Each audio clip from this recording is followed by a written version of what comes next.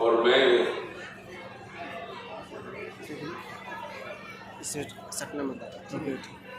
भाषा के जादूगरी से सबको मोह लेने वाला ऐसा भी नहीं हूँ।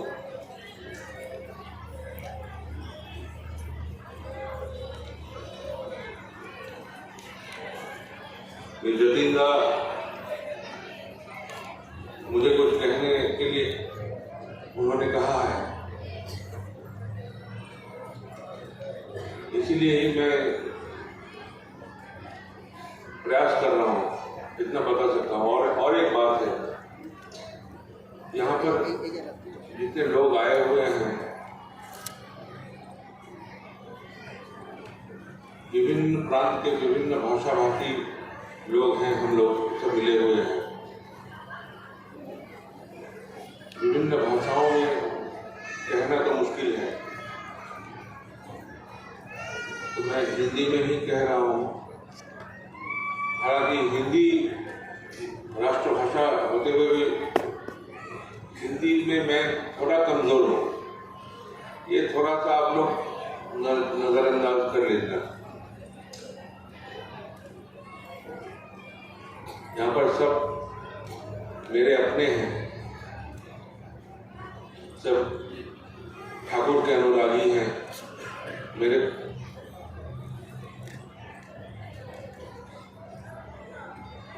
एकांत ही मेरे अपने हैं। इसलिए मुझे कोई शर्म नहीं हो रही है कि मैं कुछ कह पाऊँ, कुछ मेरे कहने से आप लोगों का कुछ अच्छा हो या ना हो, कैसा लगे, ये लेकर मेरा कोई संकोच भी नहीं है, संदेह भी नहीं है, कोई दुविधा भी नहीं है। मैं स्वाभाविक रूप से ही आपसे वार्तालाप करना चाहता हूँ, यही मैं बताना चाहता हूँ। यहाँ पर जितने लोग जगह जगह से आए हुए हैं,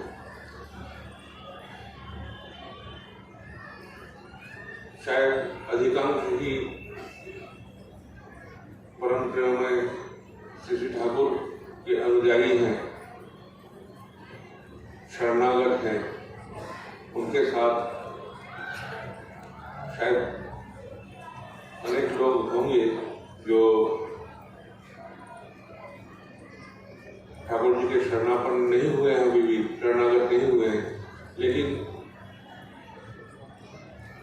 अनुरागी होंगे या कुछ होना हो, कुछ आग्रह उनकी होगी, जिसके लिए आए हुए होंगे।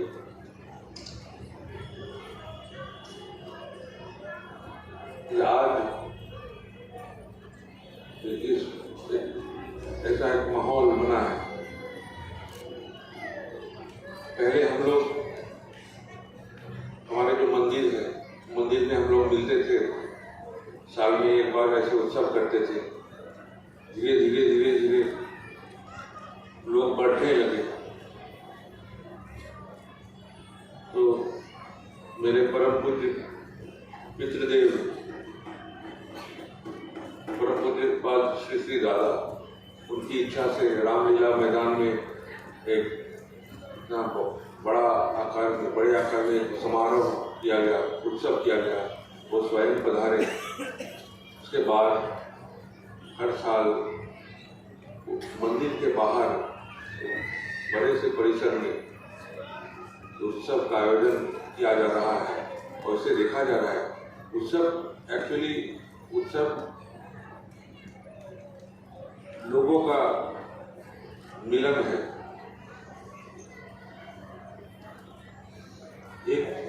एक केंद्र में आकर सम्मिलित होना है, यही है उत्सव।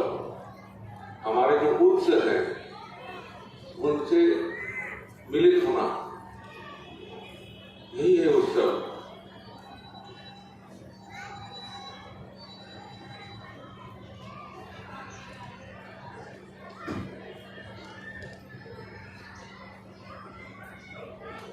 तो इसके लिए जो हमारा मंदिर है वो काफी बड़ा नहीं है, मान लीजिए आज का उत्सव अगर वहाँ पर होता तो क्या होता, वहाँ जगह नहीं मिलता, ट्रैफिक जैम हो जाता और भी कई सारे दिक्कतें पैदा होती। तो आज यहाँ पर एक सुंदर सा प्रांगण है, यहाँ पर एक बहुत बड़ा मंच किया गया है, पंडाल किया गया है, बगल में भंडारा का बंदोबस्त है, प्रसाद लेंगे वहाँ पर अलग सा। इतना सुंदर ये आयोजन किया गया है। लोग दूर दूर से आए हुए लोग एकदम कंफर्टेबल होकर बैठ रहे हैं, घूम रहे हैं, एक दूसरे से मिल रहे हैं। यही है उत्सव। लोगों की दृष्टि में, ध्यान में, ज्ञान में, बोध में, कथन में, चिंतन में, सब कुछ में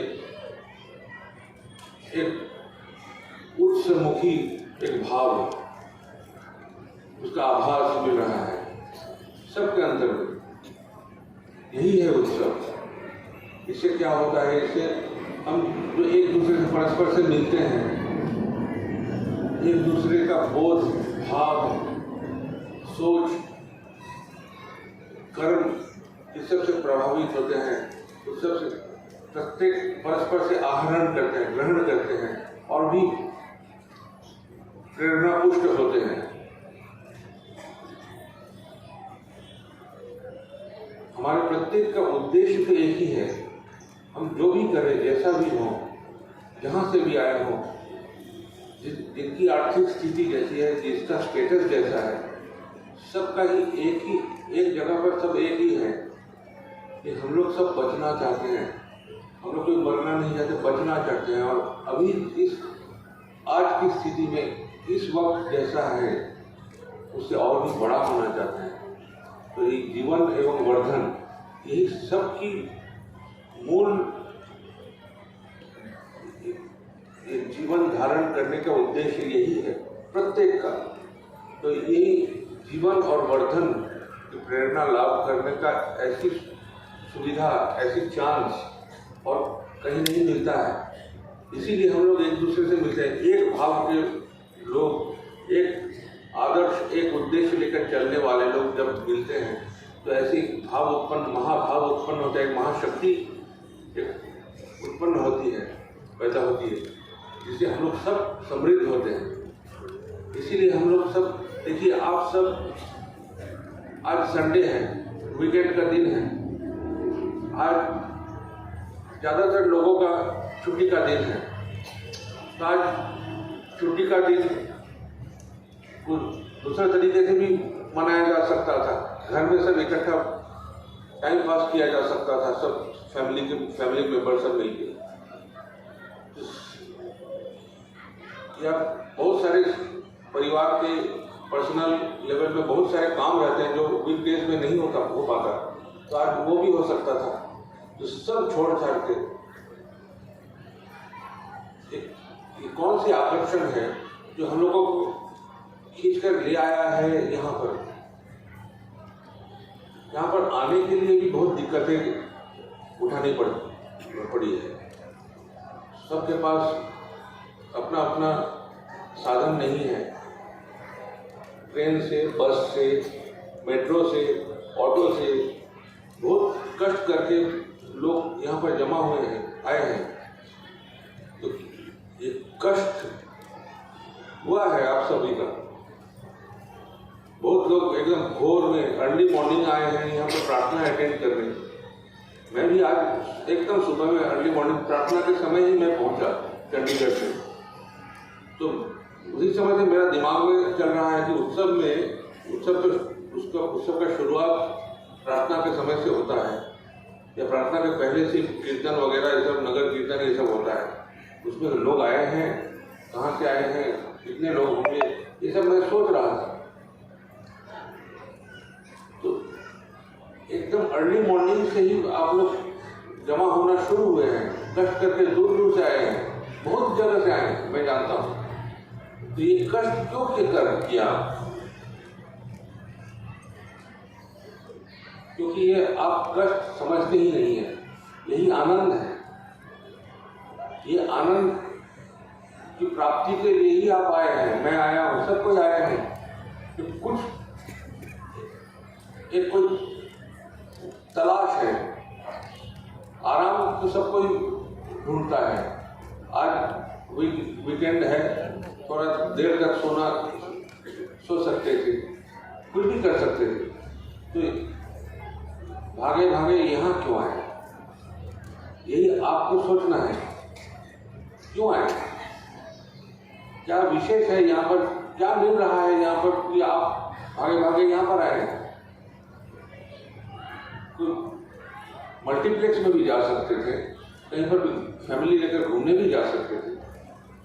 तो यहाँ पर आने में कष्ट, यहाँ पर भीड़ भाड़ में कहाँ पर बैठूं, क्या करूं, कब भूख लगाए, कब प्रसाद मिलेगा, सब चीज का कष्ट। लेकिन फिर भी हम लोग सब यहाँ पर देखिए आराम से एक दूसरे से मिलकर बैठे हुए हैं।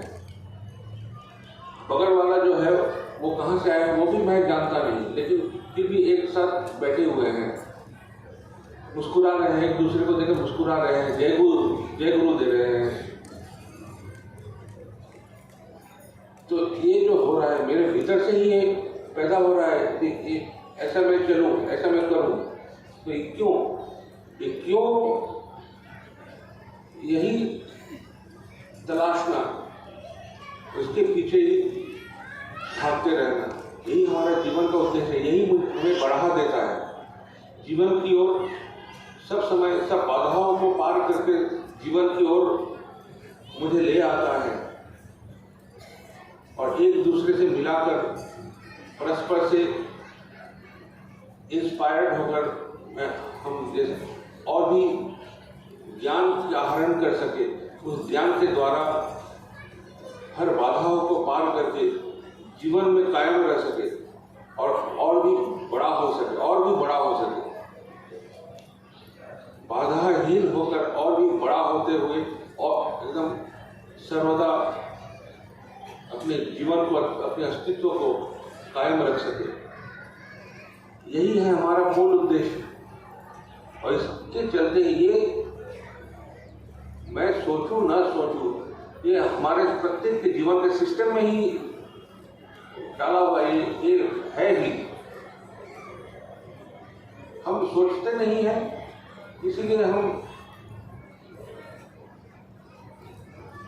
अनजान रहते हैं।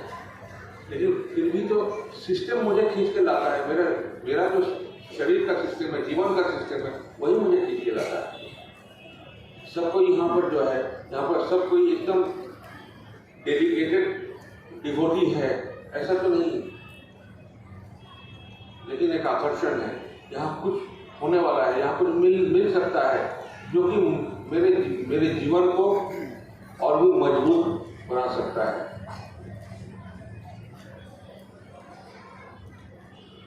मरना तो कोई नहीं चाहता है, बचना ही चाहता है, जीवन ही चाहता है, और उसके लिए ही तो हम यहाँ पर आए। तो ये जो एक दिवस का जो ये कार्यक्रम, यही हमें कितना बढ़ा देता है, ये आप सोचिए। हम लोग जब घर लौटेंगे शाम को, कुछ दिनों तक हमारे मेमोरी में घूमेगा, यहाँ पर क्या सुविधा हुई, क्या असुविधा हुई, क्या चर्चा हुई, कौन क्या किया, किससे क्या मिला, किससे क्या नहीं मिला, ये सब चर्चा होता रहेगा। प्लस माइनस, जैसे सुनिए, ये प्लस माइनस नेगेटिव पॉजिटिव मिलकर ही हमारा दिमाग है। जैसा हमारा दिमाग है वैसा घूमता रहेगा, ये गलत भी नहीं है। लेकिन चर्चा इसको केंद्र करके, ये जो अनुष्ठान है इसको केंद्र करके बहुत दिनों तक हमारे मन में चर्चा रहेगा, और वही मुझे प्रेरणा देती रहेगी कि नेक्स्ट कब आएगा, और नेक्स्ट कब और भी सुंदर तरीके से, और भी कैसे हम लोग क्या अनुष्ठान कर सके, कैसे मिल सके, और भी बड़े तादाद पर लोग आ सके और परस्पर से अनुप्रेरित हो सके। ये मूल अनुप्रेरणा जो है, वो मूल अनुप्रेरणा का स्रोत जो है, उत्स जो है, सोर्स से मिलना ही है ये उत्सव का मूल उद्देश्य है। सोर्स ही है मूल रिसोर्स। हम ठाकुर जी को केंद्र करके मिलते हैं, एक दूसरे से मिले हुए ठाकुर जी को केंद्र करके। मान लीजिए सामने हमारे प्रवीण भक्त बैठे हुए हैं जतींदा, ये उड़ीसा के हैं। ये अगर ठाकुर जी से नहीं मिलते तो दिल्ली में आने का इनका कोई विचार भी नहीं था। दिल्ली में इनको भेजा गया। दिल्ली के लोग जतींदा से मिले, जतींदा दिल्ली के लोगों से मिले सिर्फ ठाकुर जी की वजह से। ऐसे हम एक दूसरे से किसी न किसी प्रकार से मिलते हैं। केंद्र में ठाकुर जी, कौन किसको चिंता है? ये रावत दा यहाँ पर बैठे हुए हैं। रावत दा पहले नॉर्थ ईस्ट में बहुत दिन थे, ये उत्तराखंड के रहने वाले हैं, अभी यहाँ पर ग्रेटर दिल्ली में रहते हैं। तो इनसे कैसे मैं मिल पाता या आप मिल पाते? ठाकुर जी की देन है। ठाकुर जी को केंद्र करके हम एक दूसरे को मिलते हैं। और ये लोगों से मिलना, एक लोग हमारे जितने लोग अपना बनते हैं, मैं उतना ही बड़ा होता हूँ, मेरा रिसोर्स उतना बढ़ता है, मेरी सिक्योरिटी उतनी बढ़ती है, मेरा जीवन उतना ही बाधाहीन होता है।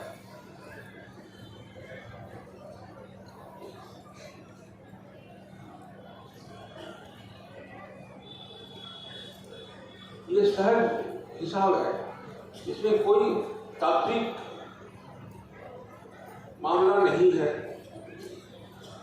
ये धर्म अधर्म, न्याय अन्याय, ये सब का मामला नहीं। ये सहज हिसाब है और कुछ नहीं। और देखिए उस जो हमारे जो मूल प्रेरणा का जो मूल सोर्स है, उत्स है, वो ऐसी तीव्र है। उनकी प्रेरणा से, उनके स्पर्श से, उनकी आलोक से हम लोग सबका हृदय ऐसे करके आलोकित होता रह रहा है, होता रहे।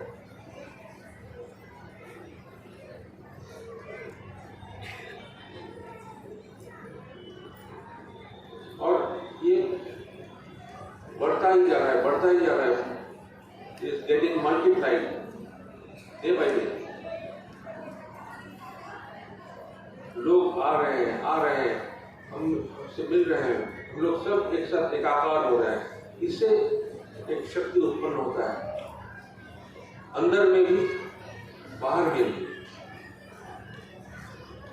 और उसी के बल पर हम जीते भी हैं। हम लोगों के जीवन का प्रेरणा भी बनता है कि मुझसे लोगों को जीवन पर आगे बढ़ने का प्रेरणा मिले, सहारा मिले। यही होता है।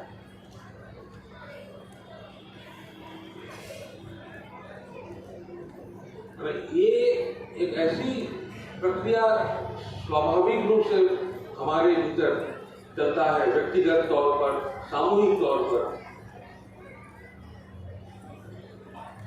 सहज रूप से लोगों का रूपांतर होता है। एक ही रूप है। मैं समझ नहीं पाता कि मेरा कोई रूपांतर हुआ है। मैं तो स्वाभाविक रूप से चल रहा हूँ, जो जीवन है वही बिता रहा हूँ, जो सामने काम है वही कर रहा हूँ, जो मेरे परिवार है उनके साथ ही समय बिताता हूँ, जो मेरे मित्र हैं, जो मेरे मुझसे मिले हुए हैं उनसे समय बिताता हूँ, एक ही करता हूँ। लेकिन मेरी दृष्टि, मेरे बोध, मेरी चेतना धीरे धीरे उसमें जो धूल पड़ा रहता है, मलिनता रहती है, वो साफ होते होते वो उज्जवल होता रहता है। मेरा जीवन उज्जवल होता है, मेरी चेतना, मेरी आत्मा जो भी बोली जो जिस नाम से पुकार सकते हैं, मेरा जीवन ही उज्जवल होता है। और वो न कि मेरे लिए फायदेमंद साबित होता है, ये लोगों को भी आलोकित करता है,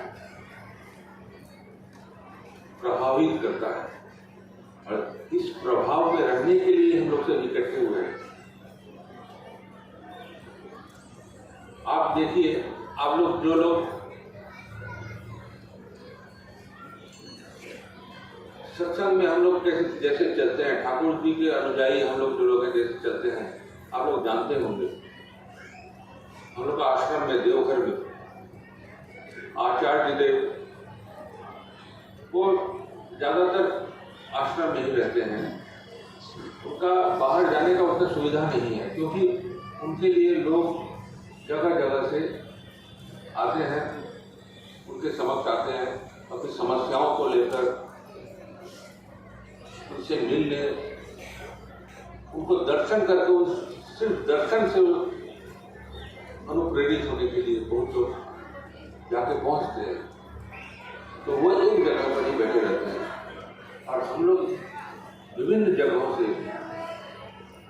जाके उनसे मिलते हैं।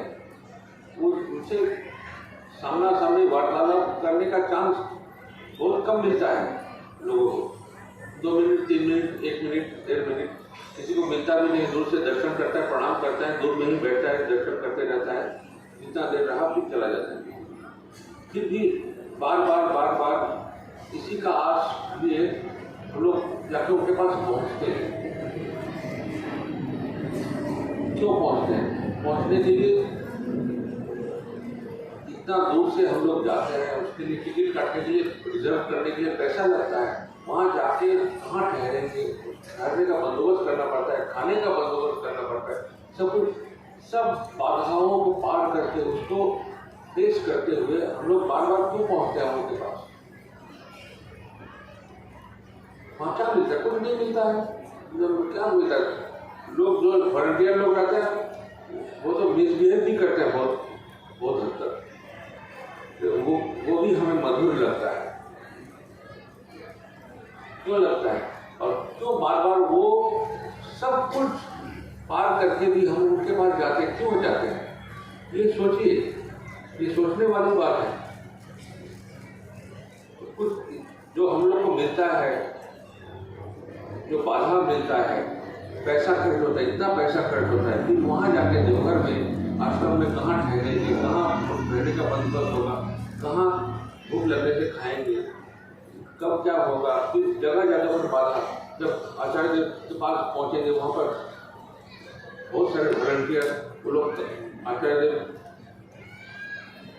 की स्वस्ति के लिए काम करते हैं। वो लोग बाधा देते, आप इतना तक आइए, वहाँ से प्रणाम कीजिए, निकट मत जाइए, ये नहीं कीजिए, वो नहीं कीजिए। सब बाधाओं को पार करते हुए भी मुझे आनंद मिलता है और भी नज़दीक जाने का प्रयास करते हैं। उनकी बातें सुने, वो खास बहुत कुछ ऐसे कुछ नहीं कहते हैं, वो जीवन की ही बातें करते हैं, ठाकुर जी की ही बातें करते हैं।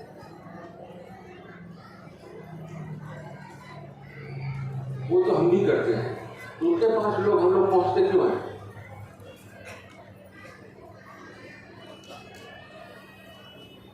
क्योंकि वो जो कहते हैं, वो जो देखते हैं, वो उनके जीवन में वो उसका झलक सबको देखने को मिलता है। वो जीते हैं, वो जो कहते हैं उसी में जीते हैं।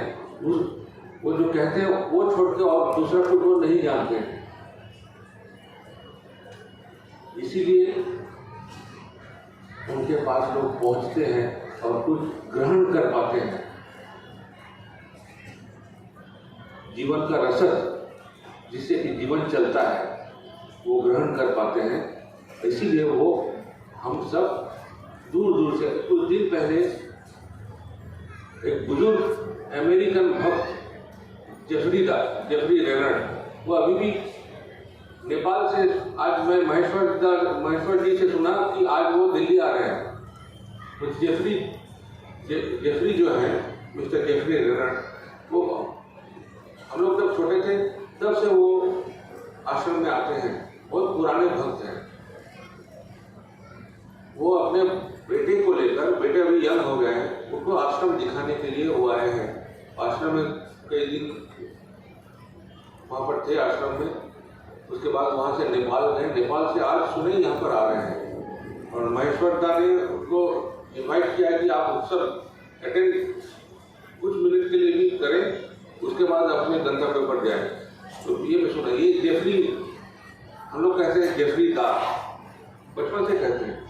तो जेफरी दा आ रहे हैं, तो दूर से भाग के इतना पैसा खर्च करके वो क्यों आएंगे इतने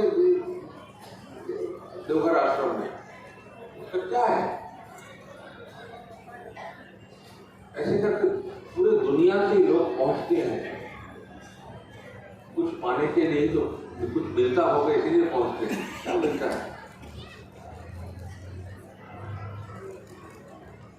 और हम जो करते रहते हैं,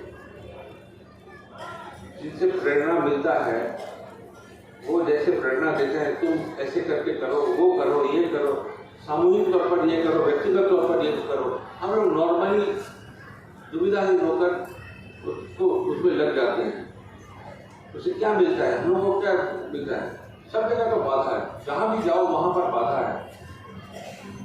दोनों, मान लीजिए दोनों गुरु भाई लोग एक साथ काम करते हैं, इसका तरीका एक है, मेरा तरीका एक है, इसकी सोच एक है, मेरा सोच एक है। ये लेकर ये द्वंद्व जो है वो भी एक बात है, उसको भी हमको पार करना पड़ता है कि जिनके पास जाए उनका सामना करना पड़ता है, वो भी एक बाधा है, उसको भी पार करना पड़ता है। ऐसे करके बाधाओं को पार करते करते ही जीवन कायम रहता है, मेरा वर्धन होता है।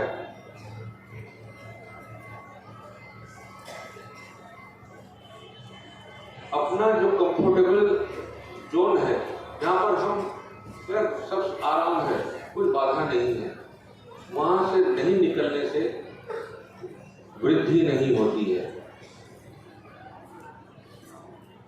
और ये स्वाभाविक रूप से ठाकुर जी के छत्र छाया में, ठाकुर जी के बनाए हुए जो ये जगत है, ये जो जीवन शैली है, ये स्वाभाविक रूप से हमको मिलता रहता है, सबके लिए ये ओपन है। जितना गहराई में जाना चाहो जा सकते हो, ऊपर में तैरते रहो, तैरो, डीप में छलांग लगाओ, डुबकी लगाओ, वहाँ पर किनारे में बैठे रहो। पानी है तुम्हारे सामने, पानी का इस्तेमाल तुम जैसे करो। सबके लिए ही है ये जीवन को तुम जीवन को जैसे तुम इस्तेमाल करना चाहते हो, जीवन तुम वैसे ही उपभोग करोगे। जीवन का एक्सपीरियंस तुम्हारा ऐसा हो, वैसा होगा। यही है ठाकुर।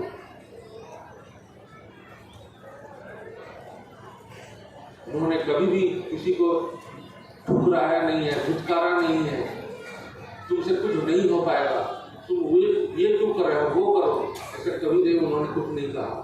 सिर्फ प्रेम दिया है। उस प्रेम की गहराई का कोई नाप नहीं है, कोई नाप नहीं सकता।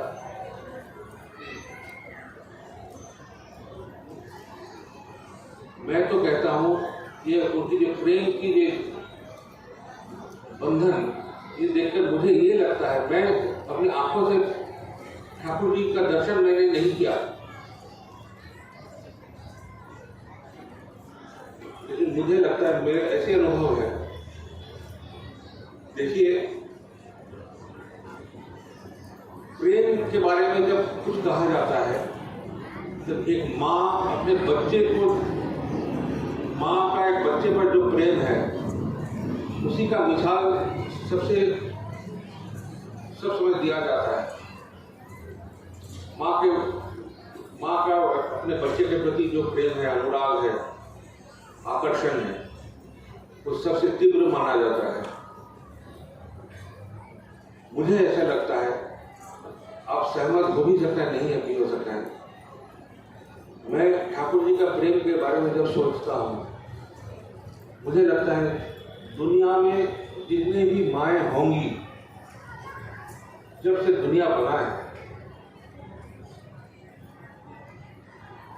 वर्तमान में भविष्य में जितने भी माएँ होंगी और उनके अपने बच्चों के प्रति जो लगाव, जो आकर्षण, जो प्रेम है, था या होगा, सब मिला के भी ठाकुर जी का प्रेम का कोई परिमाप नहीं किया जा सकता।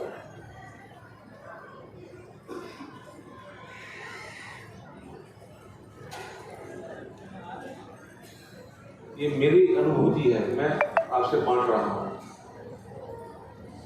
उसका कोई परिमाप हो ही नहीं सकता है। ऐसी प्रेम, ऐसी आदर, ऐसी क्षमा, ऐसा मौका देते रहना, ये न कभी देखा गया है, शायद न कभी देखा जाएगा। ये ऐसे हैं हमारे ठाकुर। वो शरीर में नहीं है, 50 साल हो गए हैं, लेकिन प्रत्येक के हृदय में, प्रत्येक की जीवन में वो उतना ही जीवंत है जितना शरीर में रहते हुए जीवंत है, उससे भी ज़्यादा करके वो जीवंत है प्रत्येक के जीवन में। आप अनुभव कीजिए, आप सबके जीवन में ठाकुर क्या है, मेरे जीवन में ठाकुर क्या है, तो अनुभव कीजिए। देखिए, ठाकुर गुजरे हुए कल नहीं है, बीते हुए कल नहीं है। ठाकुर नित्य सत्य वर्तमान है।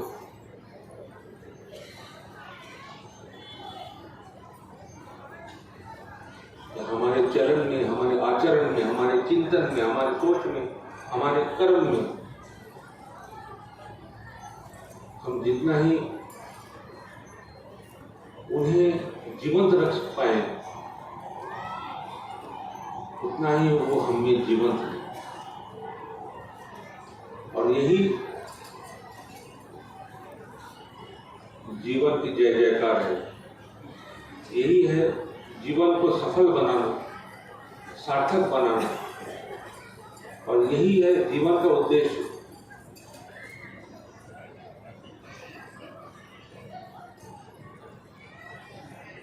जतिंदा, मैं आज सुबह मिला जतिंदा से। जतिंदा को देख के मुझे लगा कि उनका तबीयत ठीक नहीं है। वो बोले कि 1.5-2 महीना से खांस रहे हैं, लेकिन देखिए दौड़ रहे हैं। जतिंदा का उम्र 80 लगभग तो हो ही गया। अभी इनके उम्र में लोग रिटायर करके अपने पोते पोतियों के साथ समय बिताते हैं, टीवी देखते हैं, न्यूज़पेपर पढ़ते हैं। और ये देखिए, अभी यंग, एनर्जेटिक, क्या बोले, अभी मैं देखा मंदिर में, फिर मैं रेडी होते होते पूछा कि जतिंदा कहाँ है। मैं जतिंदा तो आपसे मिलकर चले गए, फिर उत्सव के मैदान में चले गए। यही है एनर्जी, यही ठाकुर से मिलता है, ठाकुर से प्रेम करने से मिलता है, और किसी भी तरह से नहीं मिलने वाला है। हमें जो करना है वो तय है। ठाकुर ने वो स्टैंडर्ड तय कर दिया है, उसमें हमें पहुंचना है। कैसे पहुंचना है वो भी ठाकुर ने तय कर दिया है। तुम ये सब करो, हम लोग जितना ही करेंगे उतना ही उसका अनुभव हमें होगा कि ये करने से क्या होता है। नहीं करने से समझ नहीं पाएंगे। मान लीजिए, मैं जो हमारे ठाकुर जी के दीक्षित लोग हैं, ज़्यादातर वैसे ही होंगे। मान लीजिए दीक्षा ग्रहण करने के समय कहा गया कि तुम इष्टविधि करो, तुम कुछ देर बैठ के नाम ध्यान करो। तो नाम ध्यान करने जब बैठते हैं तब रोज सोच रहे नाम ध्यान करेंगे।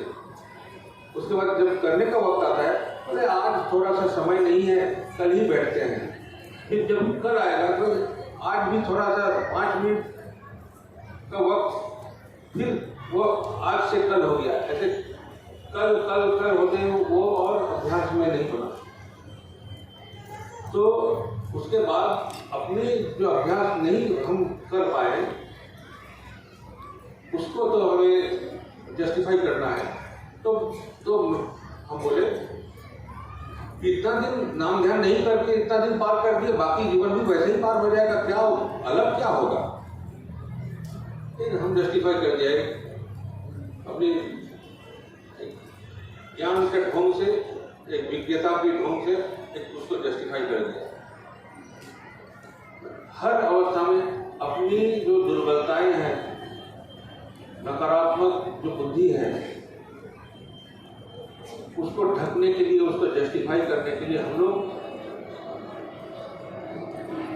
उत्सुक हो जाते हैं। जो करना है वो कर नहीं पाते, उसको कैसे मैं छुपाऊं? अपने जीवन को, अपने हृदय को मुक्त कीजिए, उन्मुक्त कीजिए। ठाकुर जी ने जो कहा है, आप नाम ध्यान करें न करें, स्तुति न करें, करे चाहे न करे, वो आपकी मामला है।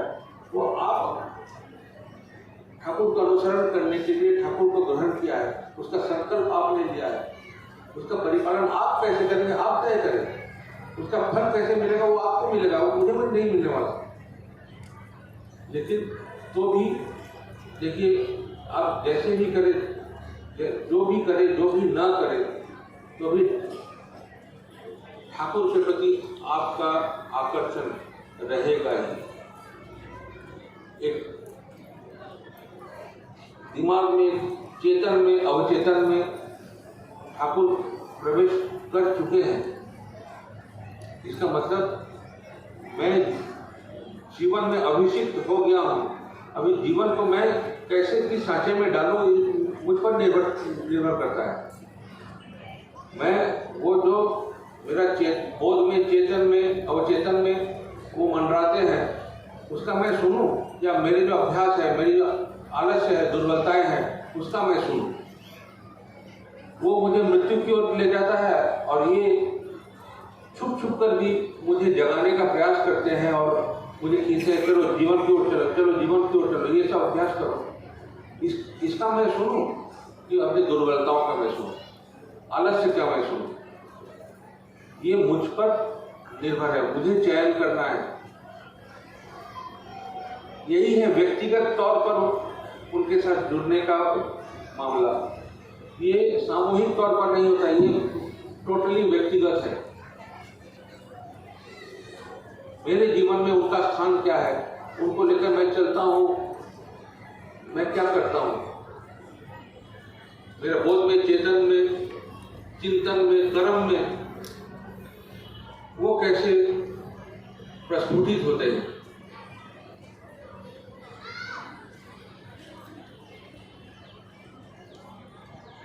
यही सोचने वाली बात है।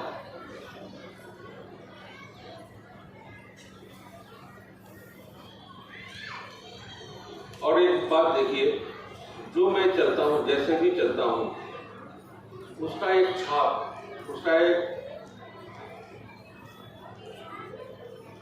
इफेक्ट रहता ही है। मैं जो हूँ उसका भनक मेरे साथ रहने वाले, मेरे साथ जुड़े वाले लोग जो हैं उन पर उसका असर होता है। तो मेरे परिवार,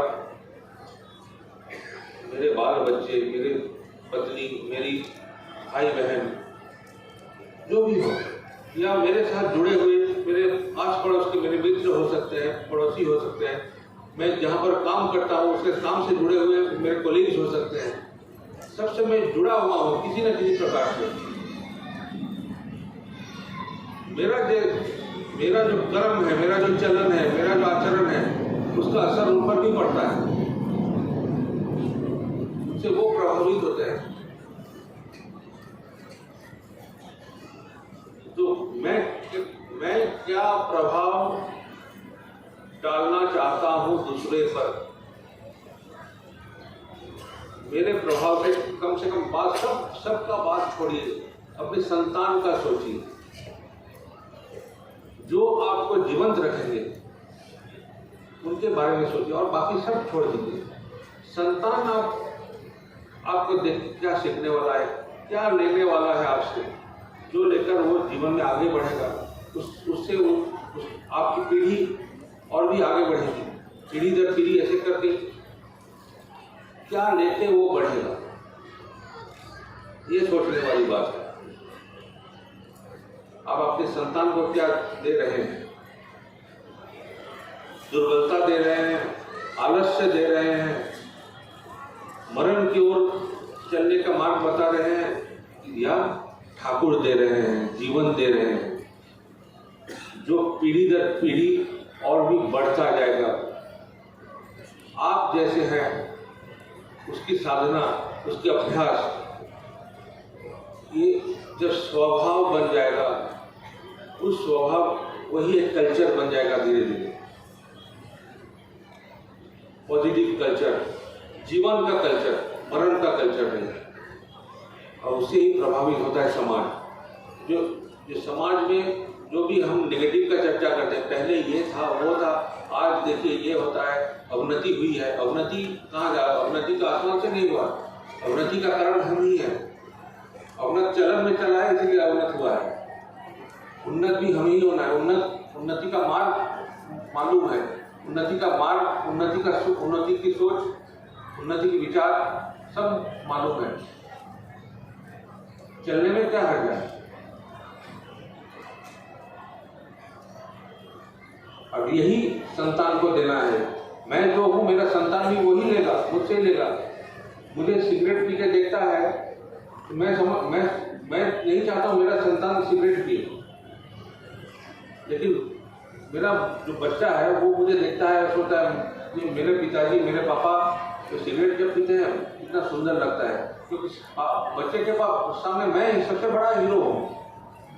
उसी से सबकॉन्शियसली उसका दिमाग में घुसता है, प्रवेश करता है, मुझे जब मौका मिले मैं भी पापा के साथ सिगरेट फूकूंगा। जब वो छुपे छुपे सिगरेट फूकता है तो उसको जाके हम मारते हैं, क्यों सिगरेट फूकता है? तो मुझसे ही सीखा है। किसी भी प्रकार से चोरी करना, लोगों का नुकसान करना, कपटता, सब मुझसे ही सीखता है मेरे संतान। ये बात ध्यान में रखना है हमें।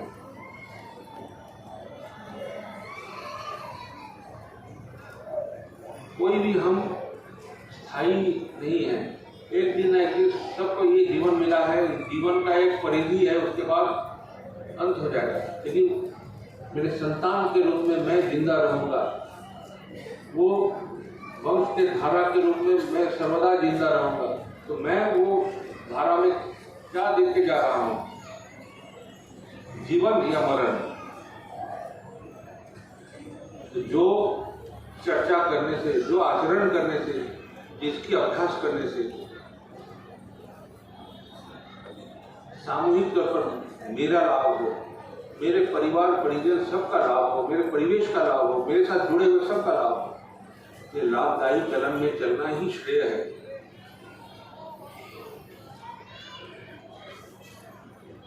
सोचे बोले करे नहीं, उसकी आशा फले नहीं। सोचने से नहीं होगा, करने से होता है। चावल पकता है, आग लगा के चूल्हे में, फिर हांडी में चावल पानी सब दे के उबालने से फिर चावल पकता है, वही खाया जाता है। सोचने से वो नहीं होता है, सोचने से आग नहीं जल जाती। जो करना है मुझे करना पड़ेगा, ये बात निश्चित कीजिए। अपने साथ निश्चित कीजिए, दूसरे के साथ नहीं। ये अपना मामला है, निजी मामला है। यहाँ पर दूसरा कोई नहीं है, इसमें कोई दिखावा नहीं है। मैं जो करूँ वो किसी का सर्टिफिकेट के लिए नहीं, मैं अपने जीवन के लिए करता हूँ। मुझे बचना है, मुझे बचने में अच्छा लगता है, यही मेरा धर्म है। बचना बढ़ना में यही जीवन का नियम है, इसीलिए मैं जीवन धारण करता हूँ। तो ये जीवन शैली में चलने के लिए किसी का सर्टिफिकेट ये आवश्यक नहीं है।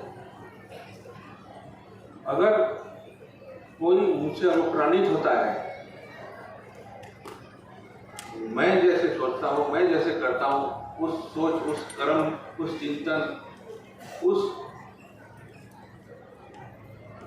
इस शैली को वो अपनाता है, यही है सबसे बड़ा सर्टिफिकेट।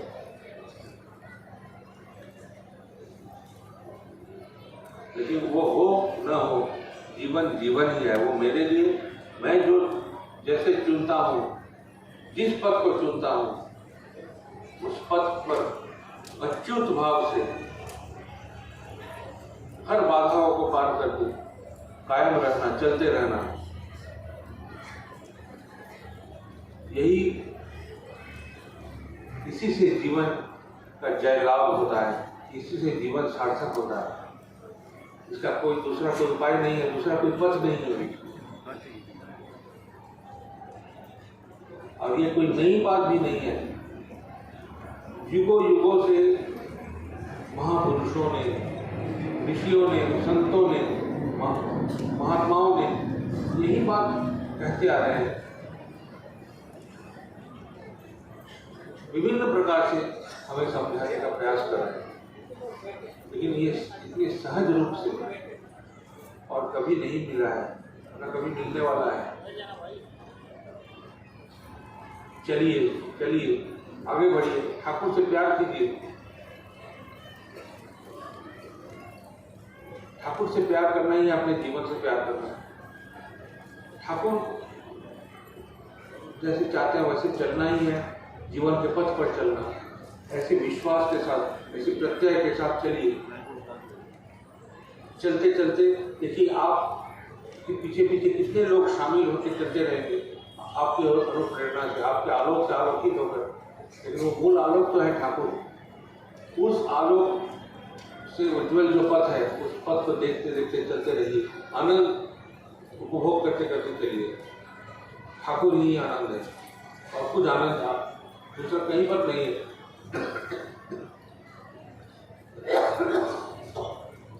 वो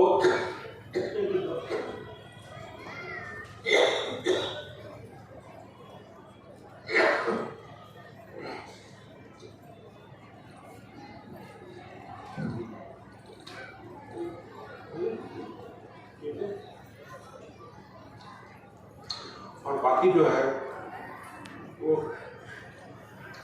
सामूहिक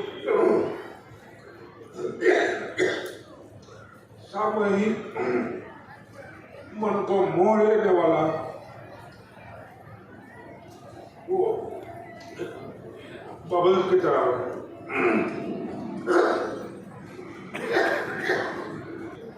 बाकी जो सुख हम लोग सोचते हैं, इसके सुख उसके सुख, वो बबल की तरह है, वो बारिश की तरह फट जाएगा। बहुत मुझे थोड़ा क्षमा कीजिए।